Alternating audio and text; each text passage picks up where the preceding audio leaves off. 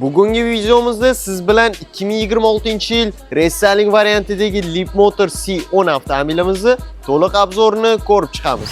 Ushbu avtomobilimizda tashqi qismini ko'rishingiz mumkin 2025-yilgi pozitsiyasi bilan bir xil qilib ishlangan. Salon qismini ko'radigan bo'lsangiz, birinchi bo'lib ko'zga tashlanadigan narsasi bu Face ID.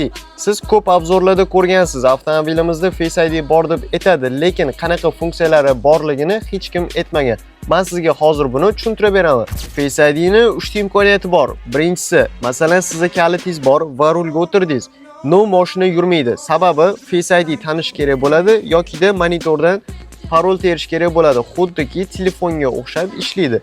Ikkinchi imkoniyati, siz rulga o'tirdingiz, o'zi avtomatik sizga sijena, rul, abdufabograf hamma komfortlarni moslab beradi.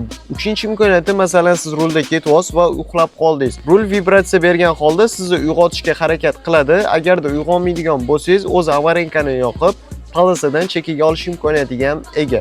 Salon qismini ko'rishingiz mumkin, to'laqonli napa koja bilan qoplangan. Undan tashqari, o'ziga yarasha minimalizm tarzda ishlanib, chiroyli interyerga ega bo'lgan.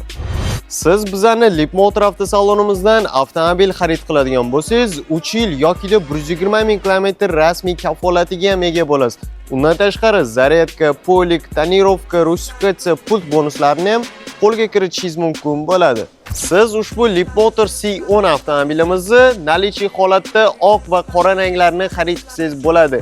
Pastdagi telefon raqamlariga aloqaga chiqib keladigan bo'lsangiz, bonuslarni yana ko'paytirgan holda qilib beramiz.